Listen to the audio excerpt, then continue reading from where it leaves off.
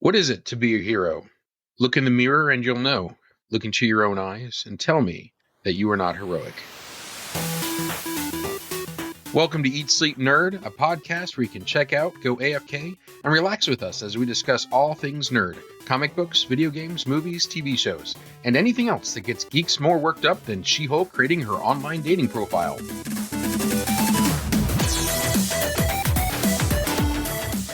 Welcome to episode number 23. I'm Corey Winter, and as always, I am joined by my geeky friend Jason Summer.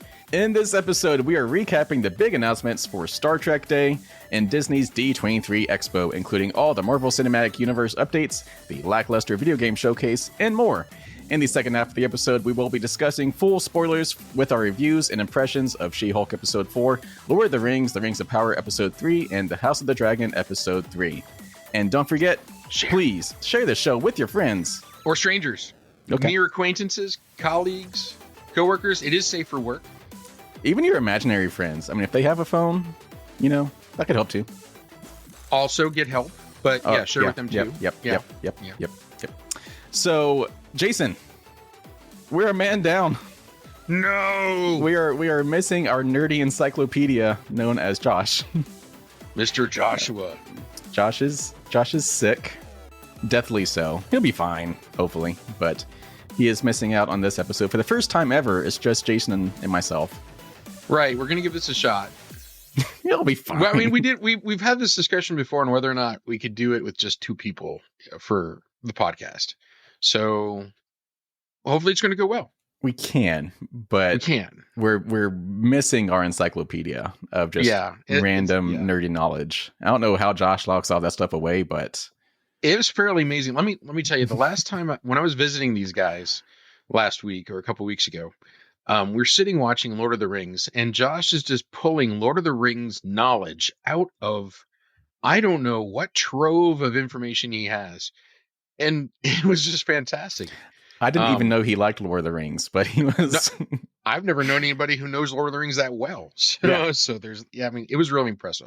So we'll probably be not as shiny today.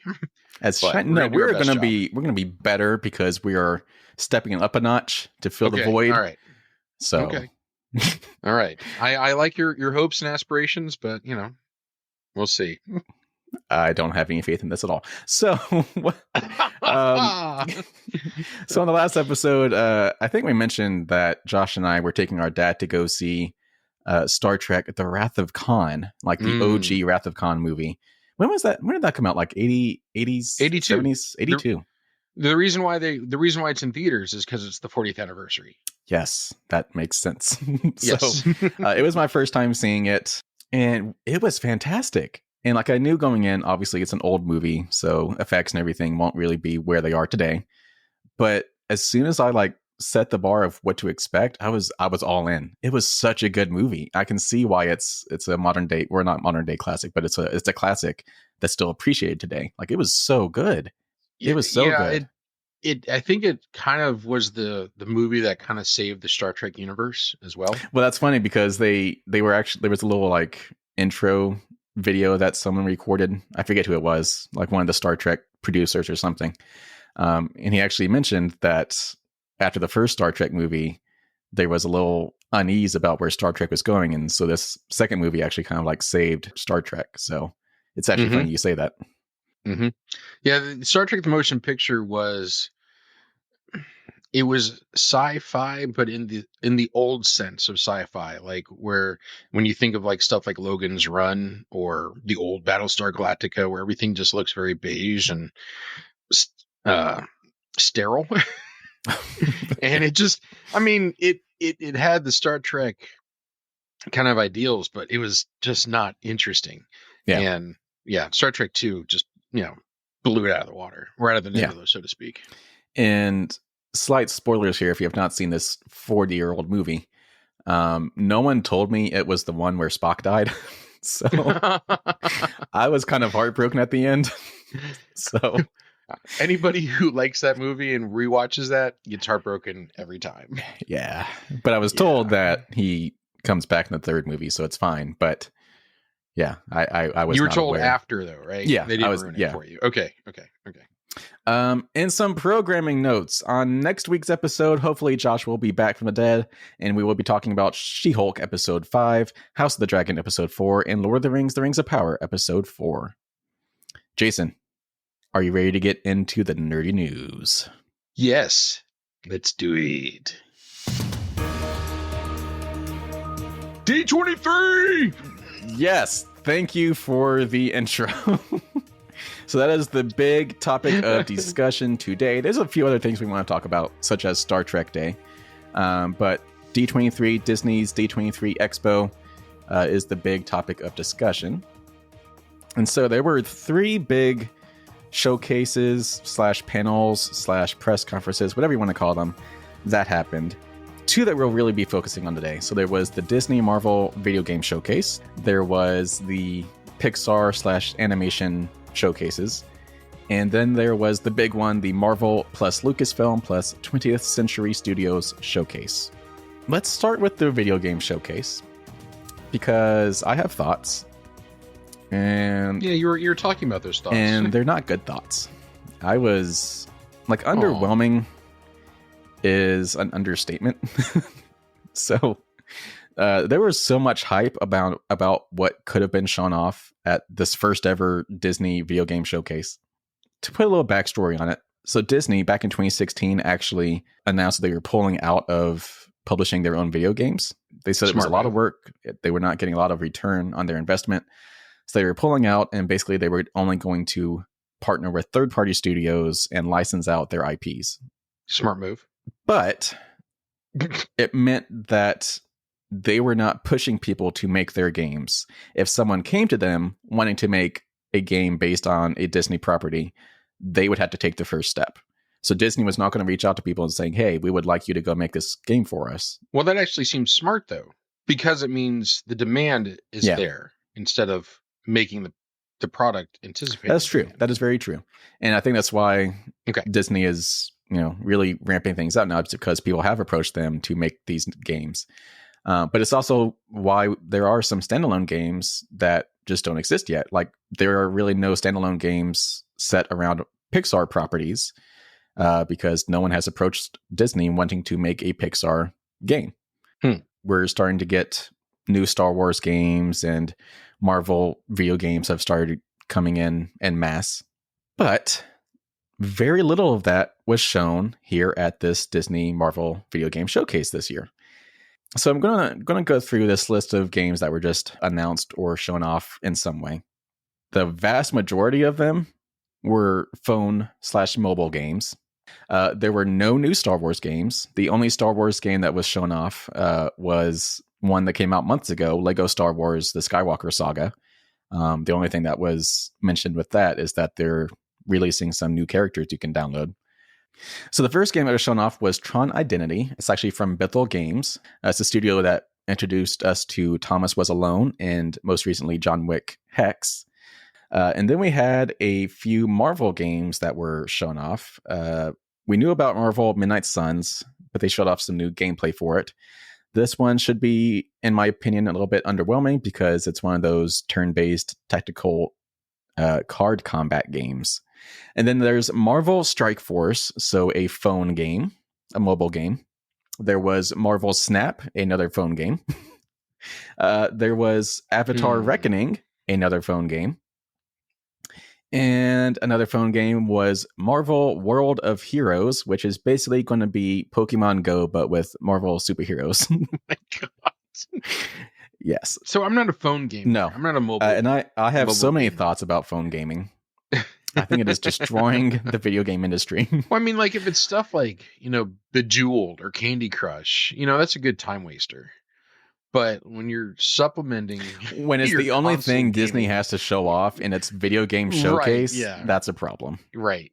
Yeah, that's. So we knew that Josh was not going to be here today, but I asked him if he wanted to share any thoughts. And the only thing he wanted to say is that so far his impression of the video game showcase from Disney is that it reminded him of why they got out of the games business to begin with. So he has the same thoughts as I do. Okay. Yeah, nothing here seems particularly exciting. So I saved the best ones for last. Yeah. So They are officially remastering the Sega Genesis 95 platformer game Gargoyles. So Gargoyles is getting... Say that again? I hate this word. Gargoyles is getting remastered.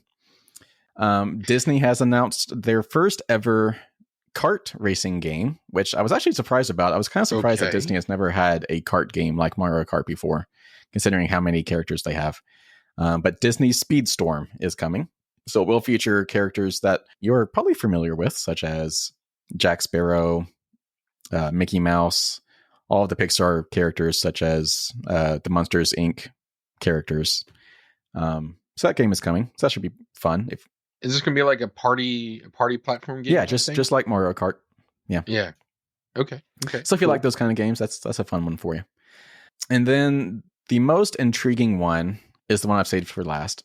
So this one actually was leaked a couple of days before the showcase, and I honestly didn't want to believe it at first because it seemed like it was pretty far out there. I wanted it to be real, but I was like, there's no way this is real. Well, it is. So Amy Heinig, she is a former director of games at Naughty Dog. So she worked heavily and wrote heavily with the Uncharted franchise. She also worked on the Jack and Dexter franchise and a few other ones. But anyway, so a couple of years ago, she left Naughty Dog and she started her own studio, Skydance New Media. Skydance New Media is the video game arm of Skydance Media. So they own some film studios and stuff that make movies such as Mission Impossible and Star Trek and so on. So they have a brand new video game studio that's head up by Amy Heinig. And they showed off their new game, which is... no title was announced, but it's going to be a Captain America and Black Panther game set in World War II era Paris. And it's going to be narrative driven, and it's actually going to be single player, so there is no co-op, despite the fact that you can actually play as 4 different characters. So obviously Captain America, Black Panther, a Wakanda soldier, and a Howling Commandos soldier. So there actually are 4 characters you'll be playing with. They're saying at different points in the timeline during this story. So it kind of sounds like a Marvel's Avengers game where, depending on the mission, depends on who you're playing as. And I looked it up. It seems like it's likely taking inspiration from the Flags of Our Fathers comic book storyline. No gameplay details were announced aside from the fact that you're playing as these 4 characters. There's no title announced for it, so very little is detailed for this game aside from the little teaser trailer that was shown off. So it could be really cool if it's like a World War II set game where you play as Captain America. Like, we've never really had a Captain America game before. Never really had a Black Panther game before. So it should be pretty cool. But we'll see. Yeah. I mean, those are 2 characters that have become well loved by the Marvel community too. Like, those are strong characters to not have a video game yet. Well, hopefully the reason it took so long is because they wanted to do justice by them. We'll see. And Amy Heinig, she did give some interviews after this was shown off, but she didn't have too much to say because it all is still pretty top secret. But she did say the main reason she wanted to approach this game and have it be narrative driven, not co-op, is because when she was working on the Uncharted games, she liked that multiple people could sit on the couch and play these games where only one person is playing it, but everyone else is just watching it and enjoying what they're watching. So she wanted that kind of like interactive game that's still single player. We've done that a few times. Yeah. Haven't we? So I love those kind of games. Yeah. So there is something. Yeah. So if interesting. If that is true, and she backs that up, I'm excited for it. But that was all the video game stuff that came out. It was a 22-minute long showcase. So it was a little underwhelming. Honestly, it almost sounds like they shouldn't have had a showcase. Yeah. For that. No. It's like they announced this showcase months ago, but they weren't really sure what they were going to show off. And then when it came time to show it off, they're like, ooh, yeah, we probably shouldn't have done this. Yeah, get intern Jimmy on this. We need to put something together here for the show that starts in an hour. Yeah, basically. Yeah. Well, how about we move on from this mediocrity to the next set of media? All right. So the big thing that actually we did get... Mediocrity. All right. So the big showcase was the live action Marvel Lucasfilm 20th Century Showcase. That actually, as of this recording, we're recording this on Saturday. It actually It's actually kind of still going on. The 20th Century Showcase is actually still happening while we're actually recording this episode, because they said it was going to be 2 hours, and it's literally going on 3.5 hours now. So who knows what's going to be announced as we're actually recording this. But so Lucasfilm, Marvel Studios, and 20th Century all took the same stage to show off their upcoming things, TV shows and films, all on the same stage. Lucasfilm didn't have too much to show off. They actually took the stage first. The big ones were that Christian Slater is joining the cast of the upcoming Willow series. It's a series, maybe a limited series. I don't know, but definitely a series. It doesn't. I'm on IMDb. It does not indicate what character he's playing. Yeah, so that is. I'm glad you said that, because this showcase was not streamed publicly. Like, there was no way to actually watch this if you are at home. So the only people that actually knows for sure what was announced were people that were actually there in person. And so all of this information is coming to us secondhand. So I'm pulling all of this from people that were live streaming or I guess live tweeting and live blogging, that were there in person. So I was pulling all of this from IGN's Twitter account, G4 TV's Twitter account, people that are actually there in person. So they said that Christian Slater had joined the cast of Willow, but if any other details around who he is playing were announced, it was not translated to us. So I'm not sure if it was announced who he is playing, but he was there. He was on stage to talk about Willow. We were able to watch the new trailer that they have for this series, which came out like a couple hours ago. And one of the things that I noticed, besides it looking amazing, is that you're going to recognize a lot of new Marvel and Disney actors. Yeah. In this show, you've got the kid who played Flash in Spider-Man. You've got the woman who played. You got the woman who played the leader of the rebel group in Solo. She also played the head of the Flag Smashers in Captain and the Winter Soldier. Oh, right. Okay. Yeah. So you've got a couple people that are starting to cross franchises, but still within the Disney family. So, which I thought was kind of I like how Disney's kind of becoming the BBC, where they just reuse the same actors in all of their shows. Well, interestingly enough, when Disney was putting out their original content way back in the 60s, they would reuse the same actors in different stuff. Yeah. Like Kurt Russell was a big kid actor for Disney. That's true. That is true. I guess Disney has always done that. Yeah. Yeah. I don't know if they always have done it, but it's not new for them. Yeah. We'll just say that. So other Lucasfilm things, they announced that the Bad Batch season 2 is actually coming out in January instead of, I think it was actually originally announced for October. So it's actually pushed back a little bit to January. Tales of the Jedi is a new animated show that was announced. A 6-episode. I'm not sure if it's being billed as a limited series or not. The idea is actually it's going to be kind of a origin story of sorts type of show, where it's going to be 3 episodes about Ahsoka and 3 episodes about a young Count Dooku. All episodes of it will be releasing on Disney Plus on October 26th. Jason, you watched that trailer that they released. Any takeaways from it? It's very much in line with the animation that fans of the Star Wars animated universe is familiar with. Yeah. With that angular animation, which I think is really, it's kind of a neat style. The animation looks fine, looks great. The voice acting threw me off a little bit. The choices that they used for the voice actors aren't close enough to the actual actors' voices. But we'll see. I mean, that was my takeaway from the trailer. Okay. It's probably means nothing, but that was my takeaway.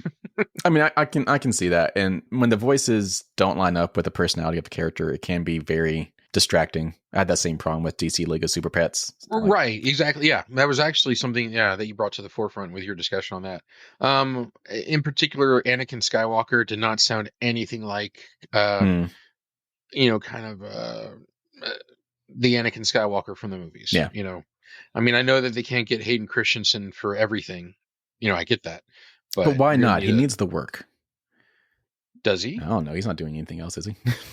Dude, I don't know. I mean, I don't follow him enough to know, on the IMDb or anything like that. So I don't know. I mean, all right, moving into a couple of more Lucasfilm things. So Jon Favreau took the stage because we love that man.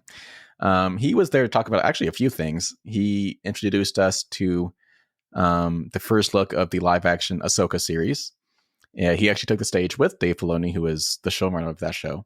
And he said it is going to be Dave Filoni's magnum opus. Explain.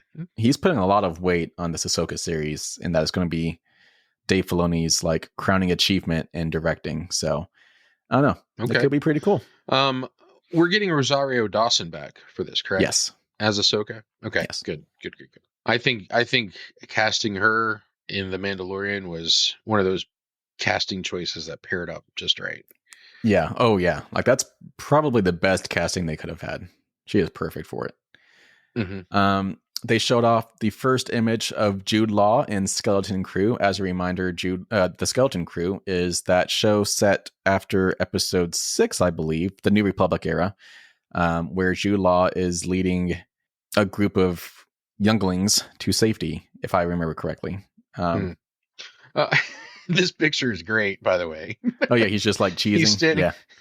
Well, no, he's also standing in front of 3 of those talking robot spheres that popped out of like Jabba's door to C-3PO. Yeah, there's 3 around his head. So I'm just it's like, okay, I'll share this screenshot in the show notes. So this was actually just a picture that someone snuck from the showcase. So it's not an official image. It's just kind of like a relatively low quality picture, but still you can see what's going on. Still a pretty good picture. Still a pretty good picture. For Snag, yeah. But yeah, I'll make sure I'll show it. God. Okay, sorry guys. I was just looking at some of the quotes on Twitter, or sorry, some of the tweets on this. I'm like, come on, don't get sucked down in that rabbit hole. Yeah, don't get no rabbit. Yeah, leave comments on. Not gonna look. The last thing that Jon Favreau showed off was a full teaser trailer of Mandalorian Season 3. This one is actually released publicly, so I will be sharing that in the show notes. If you have not looked it up already, it's on YouTube. It's everywhere. You can find it. But Mandalorian Season 3. It looks awesome. It's still looking good. I wonder how they're going to continue that story, with Grogu, or is it Grogu? Grogu. And Din Djarin, right? Din Djarin. Mando. Yep. Hang on, man. Mando. Carl Weathers, who plays Grief Karga, looks like he's doing very well. He is glad to see him moved back. Up from Yeah, me too.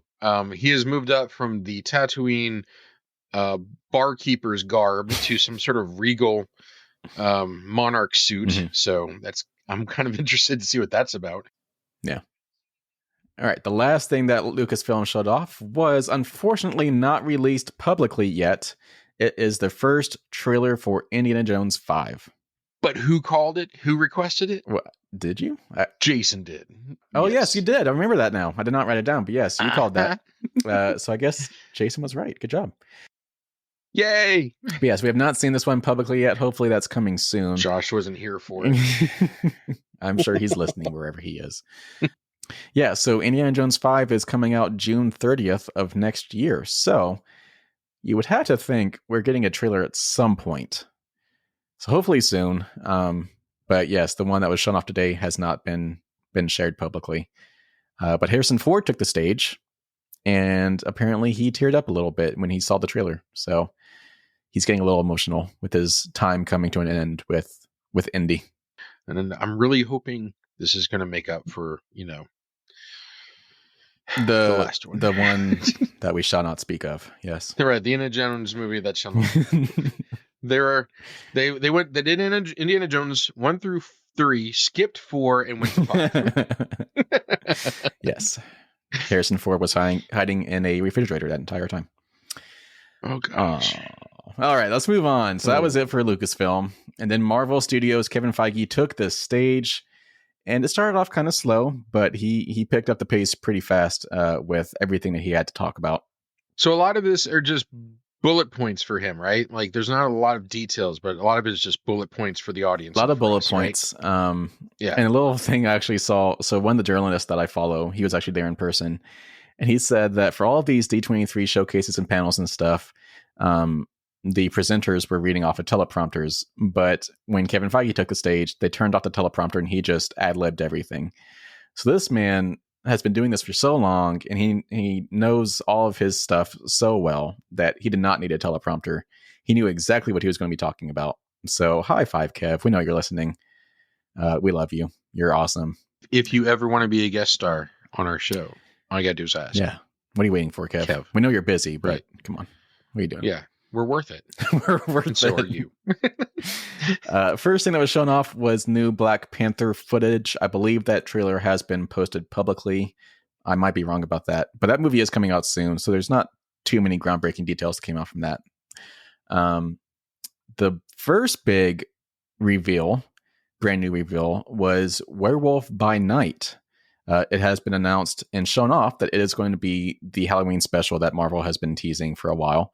So this trailer for Werewolf by Night is actually publicly available. You can go find that. It'll be in the show notes. Tell us about it. So Werewolf by Night, it was pretty cool. The trailer is, I think it was about 2 minutes long, all black and white. And it gives you like the old school Count Dracula horror movie of the week vibes. It is the Halloween special. So I don't know if this will be like a limited thing or if it's going to be like a lead up to something bigger at some point. So Werewolf by Night is a comic series. I don't know too much about it, so I'm not going to speak too much on it, but it does look pretty cool. I'll definitely be tuning in. It does seem like that's the perfect thing to watch on Halloween. So I recommend going and checking out that trailer. So it'll be pretty cool. And then came time for Ant-Man and the Wasp, Quantumanium. Paul Rudd took the stage and he said, Quantumanium. I don't even know if I'm pronouncing that right. Quantumanium. I don't know. Quantumania. I don't know. It sounds right to me. Sure, it's one of those made up words. And he said, it is unlike anything we've ever seen. He is calling it bananas. So we do know that Kang is going to be showing up in Ant-Man 3. That'd be cool. And we now know that it's going to link directly to Avengers, the Kang Dynasty in some way. So whatever happens in Ant-Man 3 is going to be tying directly into the Kang Dynasty, which is actually still several years away. So who knows what that means. But Bill Murray is going to be... I forgot about Bill Murray. He did not come up, from what I can tell, he did not come up during this showcase. So Bill Murray, it doesn't say who he's playing. Yeah. Michelle Pfeiffer is also coming back, as is Michael Douglas. The whole crew's getting back together. And honestly, Ant-Man is probably my favorite series of Marvel movies, like the sub-series. I love Ant-Man, mostly because I love Paul Rudd. But the humor of the Ant-Man movies, it's like exactly the type of humor I love. So I'm super looking forward to this movie. Okay. You know, I like the Ant-Man movies, but I kind of consider them B tier. They're not as good as some of the other ones. No, and I don't think they're supposed to be. But still better than Thor, Love and Thunder, and... You didn't like Multiverse of Madness. The Eternals. That's what I was thinking of. Yeah. Basically any of this phase you have not liked. But... Well, none of them have been like oh my god movies. Like, you know, I mean, Iron Man was still the very first just pure exhilaration, and that just never has been recaptured for me, honestly. Yeah. Next thing that was shown off, and actually publicly this time, Secret Invasion, the Nick Fury spy thriller espionage show. We have our first trailer. It is available publicly. You can find it on YouTube. I'll be sharing it in the show notes. It looks awesome. So like if you remember Captain America, The Winter Soldier, that movie, probably in my opinion, the best MCU movie to date. It's going to be like that, but maybe even better. It's going to be awesome. It looks dark. It looks actiony. Nick Fury has his beard. Looks awesome. So he looks grizzled. And, thank you. That's a good word. Yes. It also sounds like, based off some of the dialogue, and this is of course speculation, that Nick Fury has actually not played a part in things for quite some time. The actual Nick Fury. Based off of a conversation with Colby, with Kobe Smulders. Yeah, so we knew he was off world. We don't really know why yet, I don't think. So he's back, and he wants to be back at the table. It looks interesting. My primary concern about this secret invasion is that this of course involves the Skrulls, who are shapeshifters. They can impersonate anybody down to the molecular level. My biggest concern is that they're going to tamper with stories that we've already encountered. Um, it, Based off this trailer, some of that fear has been allayed, because it seems like going to be like a story moving forward from this point in time in Marvel's timeline. It doesn't look like there's a lot of backstory, Yeah, which I think is good. But I think that I would really hate to undo a lot of the important storylines that have already happened in the Marvel universe. I don't know, but it looks awesome. Oh yeah. Yeah, we actually don't have a date for it yet, but we do know it's coming sometime early 2023. So sometime soon. All right. So moving on, Loki season 2 kind of took the stage for a moment. We know that season 2 is now coming next summer, 2023. And Jason, help me with the name. Ke Huy Quan. Yes, which you may know from Everything Everywhere All at Once. Also, he played Short Round in Indiana Jones Temple of Doom. Yes, he will be playing some kind of somebody in Loki season 2. All right, before we moved into the next big announcements, Kevin Feige told us that we're actually not getting any Fantastic Four casting news today at D23, which was the big thing that literally everyone was predicting would be the big headlining announcement from this showcase. But what we did get, good segue, Jason. Thank you. Well, we didn't get it, but we were told about it. Echo, right. they showed off some footage from the upcoming Echo series, and we were told that Kingpin was in the footage. He took the stage along with Charlie Cox to talk about Daredevil Born Again. Vincent D'Onofrio. Yes, I'm not Kingpin. Kingpin wasn't there.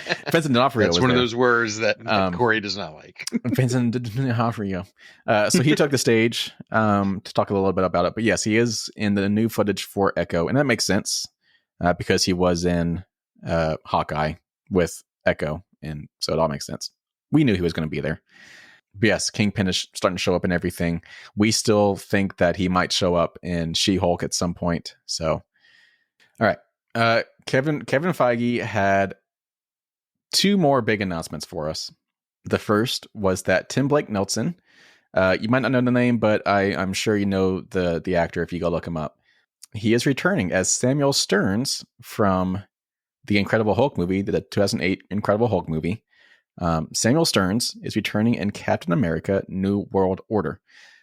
So it had been a while since I had seen the Incredible Hulk, so I had to remind myself who this character was. He was the chemist or the biologist that introduced a possible cure to Bruce to cure his Hulkness. Later in the movie, Abomination actually attacked Stearns and got some of Bruce Banner's blood into an open wound on his forehead, and you started to see Stearns mutate. That was the last we saw of him. So he is returning. Yet all these characters from the Incredible Hulk are making appearances again. We just got Abomination back in She-Hulk. Now Tim Blake Nelson as Samuel Stearns, aka the Leader, is returning in Captain America 4. We don't know why yet, but he is back in some way.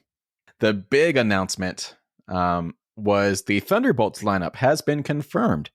And we've been predicting who it might be. I think we actually talked about this on one of the episodes a few episodes ago. Mm-hmm. We theorized who the lineup might be. We had some of them correct, but not all of them. So the lineup with all of the original actors returning: Yelena, Bucky, U.S. Agent, Ghost, Taskmaster, and Red Guardian. So Yelena we knew about because we knew that she was likely going to be the leader of the Thunderbolts. Mm-hmm. We assumed Taskmaster because they didn't die, so we figured they'd be back at some point. We figured U.S. Agent was building up to that after Captain America and the Winter Soldier. Yeah. And we figured Red Guardian would be like a dark horse pick for it because he never died, but we figured he was going to be kind of like a one-off character. Josh really wanted him back, but we're getting it. He is back. Red Guardian's back in the Thunderbolts. The surprise to me is Bucky. I don't think it didn't even cross my mind, but it's not a surprise either. Like I'm like, oh, that makes sense. And so one that came out of the blue for me was Ghost. Yes. And I had to remember who the heck that was until I was like, Ghost, that was the antagonist from Ant-Man 2. The second Ant-Man movie. Yes. I kind of forgot that she existed because at the end of that movie, they found her a cure. We were working towards a cure, and it sounded like she was going to turn to the good. So it's interesting to see her on the Thunderbolts lineup. But well, it seems to me that the Thunderbolts are kind of a walk the line version of the Avengers. So not necessarily bad guys, but people that might bend the rules a little bit. Exactly. So again, not surprising about any of these characters. Okay. For me. And I would like to get Josh's take on that because he knows a little bit more about the Thunderbolts than you or I do. So maybe he has some insight on that. See, we're definitely missing Josh's presence. His encyclopedic knowledge. Yes. Yes. But I'm sure we'll recap that when he's back. So the last thing they talked about the Marvels a little bit. Not much was talked about that we didn't already know. The only tidbit to take away from that was that it showed the new footage that was shown that we didn't see ourselves. Was that Nick Fury will be back in it, and he was shown training Monica Rambeau. Did she have powers? I don't. Did they say? I don't know. I don't know. Don't ask me things I don't know. I don't know. Okay, I didn't know. Okay. I don't know. But Nick Fury's back, so Nick Fury's starting to show up in things again, which is cool. And that was it for Marvel Studios. Well, it's actually quite a bit. Yeah, they actually took over an hour to go through all the Marvel stuff. So. Again, it's more bullet points, though. It's nothing substantial, nothing where we can look at tons of pictures or trailers. And it's unfortunate because that's what we were all really hoping for. Why have this? It's basically why have a meeting when you can send an email? Yeah, that's what this sounds like that this was.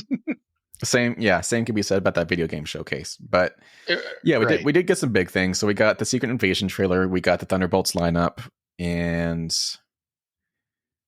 honestly, I guess those are the big surprises. So, like, people who paid big money to see a trailer of Indiana Jones 5. Yeah. Yeah, there was that. Yeah. Yeah. But I mean, that's kind of it. Yeah. I hope it was more for the people who went. But it just does sound something. It just sounds like an event that was really kind of lackluster. Yeah. Let's talk about Star Trek Day real quick, because it would be weird if we recorded a podcast where Star Trek Day just happened and we didn't talk about it. So not much new stuff came out from it, but there was a few things. The final season of Star Trek Picard debuts on February 16th. Looking forward to it. A new scripted Star Trek podcast, Star Trek Con. Ooh, Jason, help me out with that name. SETI Alpha 5. That, yes. That is which was referred to in Star Trek Wrath of Khan. I knew it sounded familiar. Okay. Yes. Nice. This is where they were dropped off. That's right. I'm putting things together again. So the synopsis, the scripted podcast will examine what happened in the years after Captain Kirk left Khan on the untamed world of SETI Alpha 5 and tells the story of Khan and his followers prior to Star Trek II, The Wrath of Khan. See? So that sounds like it's going to be a fun podcast. Mm-hmm. And then comedian Carol Kane is joining Strange New Worlds season 2. Woo! And yet again, you might not know that name, but I swear you know the actress. Go look her up. You would instantly recognize her. I think most recently she was a big recurring character on Unbreakable Kimmy Schmidt. But she's been all over the place. If you've seen The Princess Bride, she plays Billy Crystal's wife. Yes. In Miracle Max's house. What else was she in recently? She's been in so much. Yeah, she's a great character actor. Yeah. And she really does a really good job. She was in Gotham. Right. As Oswald's mother. Yeah. That's where I was remembering her from. She plays the Penguin's mother in Gotham. Gertrude Cobblepot. Nice. That's where I was remember her from. Okay. So yes, but if you've ever seen Scrooged with Bill Murray, she plays the ghost of Christmas present. That's right. Yeah, it's hilarious. That is right. Yeah. So she Anyway. is joining the cast, and I think they announced her character, but I don't know the character. So she'll be in Strange New Worlds season 2. So that's pretty cool. One of the reasons I think, though, that Star Trek Day was actually kind of a bigger deal than I remembered in the past, because I think for the first time, Star Trek has actually had some really positive feeling, positive moving series going on. Yeah. And I think that's what's going on is you've got some really, really good Star Trek media that's out right now. And a lot of people are jumping back onto the bandwagon. And I think it was just probably just one of the better Star Trek days in quite some time. And that's why it's kind of big this year, and we should definitely draw attention to it.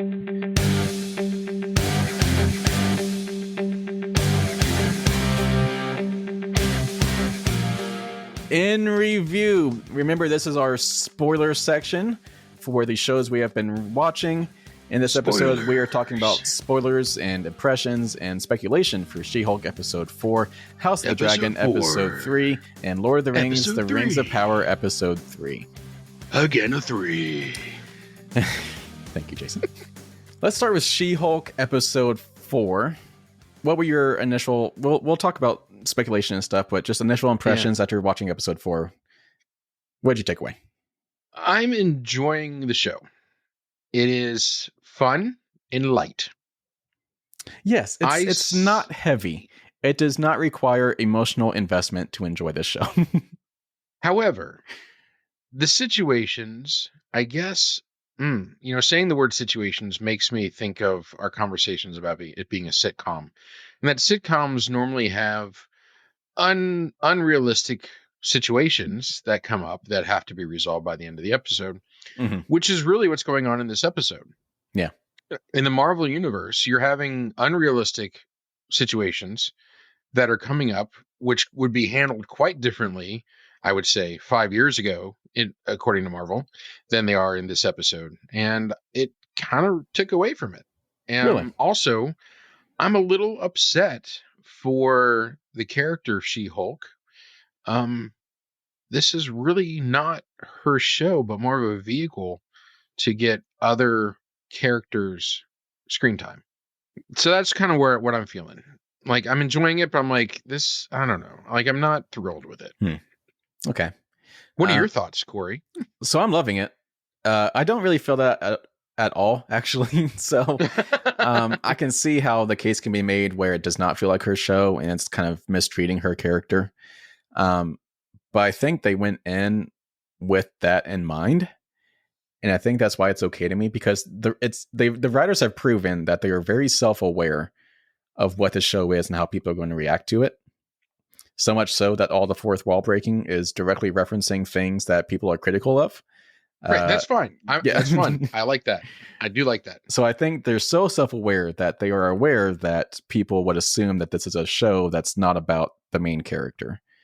Well, yeah, okay, all right. Just that part aside, if somebody had a sling ring that didn't need to have a sling ring, how do you think Wong and or Doctor Strange would actually go about getting back the sling ring? Do you think they would take them to court? I mean, no, but I'm not taking it that seriously, so it doesn't bother me. I know. But this is what I'm saying, the sitcom aspect of it. Like, yeah, unrealistic scenarios. But it was because like I love watching like the animated like Spider-Man shows and stuff, and they take all these type of scenarios so ridiculously. Right, I get it. Again, it's fun, but I have to say that the unrealistic nature of a universe that we kind of expect a certain level of logical realism. Yeah, realism that's logical for the universe. It's kind of blatant.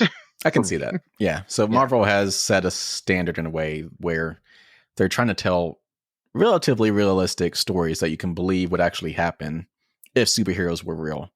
And She-Hulk is kind of like not really doing that. So I can understand that. I can understand that criticism. To me, I love it. I love that it's kind of become the case of the week lawyer show where she is defending a new client every week. It's basically, like you said, Ally McBeal. So I really think it's kind of found its footing this week, because I think the first couple episodes, it was trying to lay the foundation of what was coming. So like there were definitely a lot of funny moments, but also a lot of moments that didn't really fit the comedy mold, because it was trying to like set the standard for what was happening. So there were some more serious moments.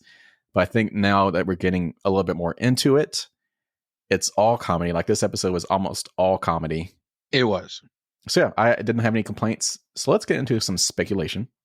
Mm-hmm. So the first big one, Donnie Blaze. So we talked a little bit about this character because before the show aired, there was a trailer that was put out where people saw that there was a poster in the background of One Shot that looked like it could be teasing Johnny Blaze, aka Ghost Rider. Well, in this episode, Donnie Blaze is a magician, and not a good one at that. Is Marvel teasing that this could be maybe Johnny Blaze's brother or something? Because in the comics, Ghost Rider's brother, Johnny Blaze's brother, was Danny Ketch. So Johnny Blaze, Danny, Donnie Blaze. It's a little bit too on the nose for it to not be possibly hinting at something. And we've established that the writers are self-aware, so they know full well that we would connect the dots between Donnie Blaze and Johnny Blaze. So are they just teasing us, or is this actually leading to something? So again, are they just trolling us again, as we speculate that they did last time? Yeah. Yeah. So I did a quick look up for this Donnie Blaze guy in the Marvel Cinematic Wiki, and basically the only information that we have on him is what was from the episode. There's no history prior, it seems. So it may be a made up character, which is kind of surprising. Yeah, so that's the weird thing. So Ghost Rider has been multiple people in the comics, most famously Johnny Blaze.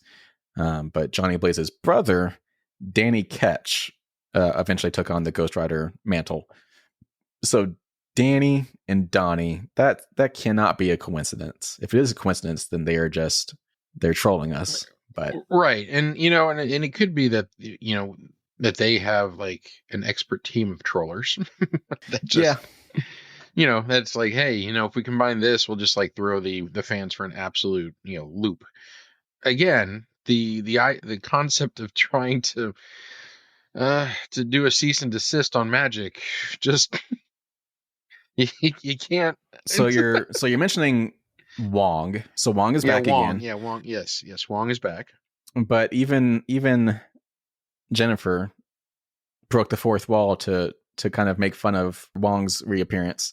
Oh, you're smiling. You've probably seen Wong. Yeah, that's right. So she said, giving the show Twitter armor for another week. So, and it's coming off the heels of the twerking criticism that the show took, especially on Twitter. Like Twitter was ablaze with people criticizing them for having She-Hulk twerk in the last episode. So it's fine that they would actually shout out giving the show Twitter armor right after that happened. So yet again, proving that the writers are totally self-aware about how people are going to receive this show. Right. Yeah. And there's nothing wrong with that. I think what's going on with She-Hulk, it's a matter of flavor, taste, of what the audience appreciates. Like, again, there's nothing like wrong with what, in my mind, with the show. It's just what they're doing is not how I would have done it. Yeah. Well, interestingly enough, though, with all the problems that I say that I have with this episode, for some reason I found the new friendship between the Wongster and Madison pretty darn hilarious. Yeah. And the fact that they would end up watching The Sopranos together and the post credits was pretty darn funny to me. So I don't know. My humor's all over the place. I think that leads us into our scores. Obviously, we're scoring this without Josh, but so Jason and myself, after 4 episodes, how are we feeling about She-Hulk? We're all at 4s across the board at the moment, so I think I'm actually going to stay at a 4. I'm going down to 3.75. Yeah. All right, let's get into House of the Dragon episode 3. Yet again, as a reminder, we're reviewing this a week late because of the recording schedule and when new episodes air. So we're recording this on Saturday before the new House of the Dragon episode 4 airs, but this episode does not come out until Tuesday after episode 4 comes out. So sorry, we're a little bit late on this one. Yeah. But House of the Dragon episode 3, some of the big things that happened. So we had a time jump. And it was kind of ambiguous what the time jump was. It was somewhere between 2 and 4 years. Rhaenyra has a new brother. She has another one on the way, it seems like. So it's been at least a couple years, maybe as many as 4. It seems like the king is kind of falling apart. He seems to be struggling both emotionally and physically. He has now lost 2 of those fingers that we saw were kind of rotting away. Leprosy. He is drinking a lot. Yes, he is. Disillusioned. Yeah, disillusioned. He's losing his hair a little bit. Like we see that his hairline has gone back a little bit. Yeah. He's just not in a good place. He's not in a good place. And one of the big things in this episode was that they were going on, I guess, the royal hunt, where the king was going to kill a deer. And when it actually came time to do that, he was not doing a very good job. He had to stab it multiple times. Well, the other thing was it was a significant deer. It was supposed to be the deer heart. Yeah. It was supposed to be the white stag, essentially. And they did not find the white stag. They found a very large stag to kill, which they felt was a good omen anyway. But it wasn't the one that they were hoping for, to kind of give credence to the new heir, which is a debate in the show, the 2-year-old boy, whether or not he would be heir to the throne. And so he didn't get to it ended up being kind of a bad omen, honestly, because it wasn't the one that they were looking for. However, it did show up in front of Rhaenyra. Yeah, so if that's not symbolism, I don't know what is. Yeah.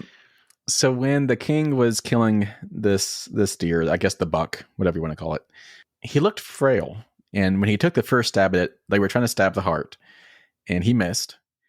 And it does not paint a pretty picture when one of your guards has to come over and give you directions on how to kill this deer. Like, this is not a very strong king. Yeah. And everyone was around watching him. Yeah. The whole thing was just a farce, is what it was. He didn't do the hunting. Yeah. They had to tie up the deer for him so that he could stab it. And then because he was so drunk, he missed the stab. Yeah. And his guard had to come in and say, a little bit to the left. Yeah. Awkward. Give it another shot. Yeah. And, and you're starting to see the other houses, start to feed off the bottom and trying to, get favor with his house so that they could, lay claim to the throne or power or whatever. It's starting to really feel Game of Thrones, honestly. And then in the later half of the episode, we had our first big epic battle scene. Daemon, without saying a single word. Yeah, he didn't talk this entire episode, did he? The entire episode, aside from like when he was on the dragon at the beginning, he's taunting the crab guy. Yeah, but no, in the second half of the episode, during the battle scene, he did not say a single word. From the time he gets the letter from his brother to the very end of the episode, he does not say a single word. So Daemon literally single-handedly takes on this entire army. just to spite his brother. Just to spite his brother. Like, that high five, that was fantastic. I enjoyed it. It was pretty epic. I never knew that Matt Smith was an action hero. Yeah. But let me tell you. I guess an action villain? Yeah. Yeah. No, I just meant I never could see him as an action character. So, and he did it pretty darn well. Yeah. And, very believable. Yeah. He literally dragged out half a torso when he was of the crab feeder. Yeah. So yeah. High five. Yeah, that was pretty. That's how the episode ended. That was awesome. Yeah. Yeah, it was pretty visceral. Like, I'm gonna have to go watch that one again. That was great. Yeah. Those go were watch it if you haven't seen it. Yeah, those were all my big talking points. impressions were that I loved it. Still giving it 5 out of 5. How are you feeling after this episode? 5 out of 5. It's maintaining. It's definitely maintaining. It is maintaining. It has not faltered in my opinion. Yeah. It also hasn't exceeded yet either. Like it hasn't like really blown me away yet. Like it's good storytelling, good effects, good character development. It kind of hit on a 5, but it just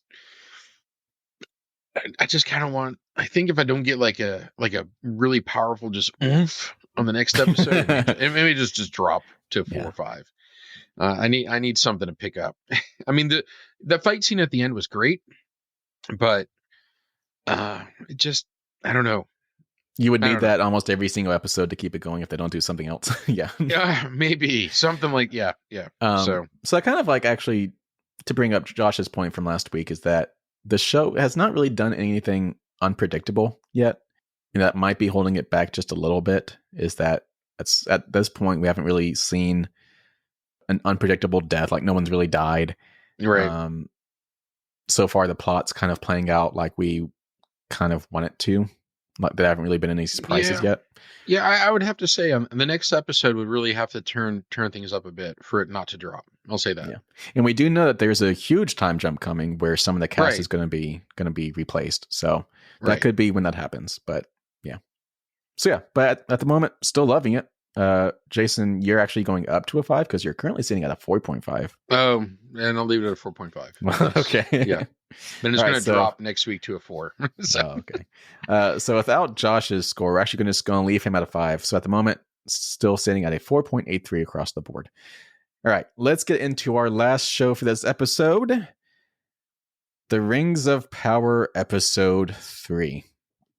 I really wish Josh was here for this one, but he's not.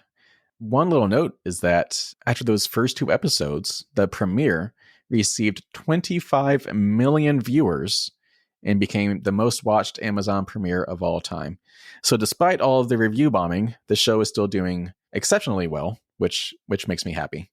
Because it's good. It's so good. I really hate fantasy, and I am loving this show. Like elves and orcs and hobbits, I hate all of them. But all the words that Corey hates to say. I hate it, but I love it. I love this show. It's just doing everything so well. So yeah, what were your big takeaways from this episode? Again, this is one of those shows that's really big on the storytelling, which I appreciate. So this was again just me enjoying the story, enjoying the dialogue. I kind of just sat and listened to the stories. There wasn't much in the way of fighting except towards the end when we deal with the orcs and the elves. You're starting to see some of the history of between the elves and man and where that divide may have started. We're getting to see some beautiful creativity and some visuals that came out of that. Yeah. It's just stunning, and the music is beautiful, and the actors are cast just right. I would say the one thing that actually stood out was negative is when they had the warg. It looked really CGI. The orc that was my big con takeaway too. Yeah. It actually looked almost comedic. It almost looked silly in their design. Like even in the same scene where you're seeing these fantastical creatures like orcs and stuff, this hog or whatever it was looked just so out of place. It was extremely distracting, and it was distracting because everything else is so beautiful and so well done. Right. Like I don't know how all the other CGI worked. All the other CGI, like the giant tree. One of the biggest issues about doing CGI in daylight is the fact that during daylight versus nighttime is that all the edges, you can see, where the CGI ends and real photography begins. Well, that's not so much of an issue in this case. So when you have this giant CGI tree, I don't know if it's CGI or practical. I don't know. But in either case, you have these very fantastical elements which look really rendered well, or they're practically, brought in very well. And then you have this warg, which just pops out against everything. So it was really distracting. And that's my only con, though. Everything else is Well, really they also good. didn't do it any favors by giving it a close up. Like, Right. And then it looked like a cross between, like, if you've seen online when you see out of context pictures for this episode of yeah. I was going to put like a picture of a chihuahua, because it's, it just like its eyes look bulgy like a chihuahua. It just looked comic to me. Mhm. So Yeah. anyway. So yeah, as far as the story goes, and forgive me for butchering literally every single one of these names. I'm traditionally Mhm. not very good at names at all, but these just are another level of names. So the story revolved around. It started off by we found out that Aaron Deer, the elf, Aaron he Deer, was yes. taken captive by the orcs and taken to the Southlands. Uh, Galadriel, Galadriel. Galadriel. Mm-hmm. She was rescued and taken to Newman. Oh man, I knew I had this. You one, got it. but You're on it. You're on it. Numenor. And as an elf, she was unwelcome there. No one wanted her Very there. unwelcome. So there was a very important character that was introduced in this episode, Ilsador, and he is the son of the lead guard that's watching Galadriel. Okay. This is the guy who will eventually become king. Okay. And fights with Elrond and won't throw the ring into the mountain. Into Mount Doom. Right. I remember that is him. Okay. Or at least that's the name. We'll say that. It's the name. Okay. Don't know if it's like Ilsador the first or the third. I don't know if that's okay. Anyway, so interesting. I probably, if I looked more into it, I would know for certain, but that's the same name. We'll say that. Okay. And then I was wondering if we were going to get the hobbits in this episode because they didn't actually show up until 45 minutes into the episode. That story's starting to drag on. We need to know who he okay, is. I'm so glad you said that because as soon as those hobbits came on screen, I was just like, oh, okay, well, this episode's going downhill fast. I was so enthralled with the elves and the orcs and Numenor. Right. But as soon as those hobbits got on there, I was just like, oh my God. Because it changes tone. I think that's why I don't like it, because those other storylines, they're so serious. But then when you go to the hobbits, it's a little bit more gimmicky and silly. And it's just, it loses me. Well, yeah, I think they've dwelt on this storyline too long, like this part of their storyline. Yeah. I don't understand why they had to drag this part out so long, because the majority of the scene with the hobbits was the scene of them sneaking the document, the star charts. Yeah. Like that. Okay. There was nothing about that was really important other than the fact that they got it. So why did it take 100 million minutes? So, and I will say, using the phone test, when the Hobbit scene started coming up, that's when my phone came out and I started scrolling through Twitter because I was losing interest. I admittedly hit the up button to see how much longer was left on the show on my remote. So control. is this becoming the what was that storyline in Halo? Oh God, the planet. Yeah. Gosh, I forget. It's not. But important. no, well, see here, the difference is that it starts out interesting, and in Halo, that storyline did not start out interesting. True. It's gone from very interesting to really tiresome real quick. Yeah, I'd agree with that. Yeah. But then we got a little bit of a relief because we went back to the elves in the Southlands, and they rebelled, and there was an epic fight to try and escape. But it did not go too well. Wait, I honestly thought it was going to work. I did too. Yeah. So everybody died, but our main elf guy, and everyone died. The end. Pretty darn close. Yeah. Mr. Elf. What was his name again? Dang it. I need to start getting these. Aaron Deer. Arondir. Arondir. Dang it. So yeah, Lord of the Rings, The Rings of Power is still holding strong after 3 episodes, which makes me happy because I was really worried it was going to come out strong and then just kind of go downhill fast. But no, it's after 3 episodes, it's staying strong in my book. What about you, Jason? What do you think?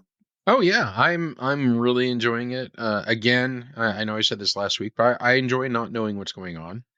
I like, yeah. I mean, Yeah, it's because normally yeah, we're so we have so much information, whether it be internet or nothing's like really original these days. And even though this isn't like truly original, it's original enough to where who knows what's going on. So yeah, I'm really enjoying it. yeah. I am too. So my score is staying at a 5 after 3 episodes. As a reminder, we're actually scoring this like the other shows we're doing right now. We're just giving it a score overall. So after every episode, how we're feeling about the show as a whole for the entire season. So the same is true for Rings of Power. So after 3 episodes for the series as a whole so far, I'm staying at a 5. Jason, you're staying at a 5? You better not dump it down. You better not dump it down. All right. Ooh. Okay. Ooh. All right. Ooh. Okay. It's if they don't resolve this stranger storyline next episode, Okay, that's fair. I'm going to drop it. But right now, we're going to stay at a 5. So you're giving it a 1 week buy. Okay. I'm giving it a 1 week buy. You need to get their stuff together. I was going to curse, and I'm sorry. So without updating Josh's score, we'll get his review when he comes back. Right. It's still a 5 out of 5 across the board. So yeah. still perfect. So go watch it. Even if you don't like fantasy, I can guarantee you will like this show. Well, okay, so what we're also it. learning here, because Star Trek has not been a favorite of Josh or Corey until recently. Same thing with Lord of the Rings for Corey. Maybe it's just because you haven't given things a chance. Give things a chance before you make a judgment call. I wouldn't say that. I mean, yes, give things a chance, obviously. But yeah. I've given fantasy a chance numerous occasions. It's just not my thing. Okay. I'm just telling you, you want to give fantasy like a real chance? Talk to me. I know some good fantasy movies. I won't steer you wrong. It'll be good for you. Okay. I'm not sure how that voice played into this, but okay. And I will say, I think I mentioned at the top of this episode, we're actually recording this as things are still wrapping up at D23.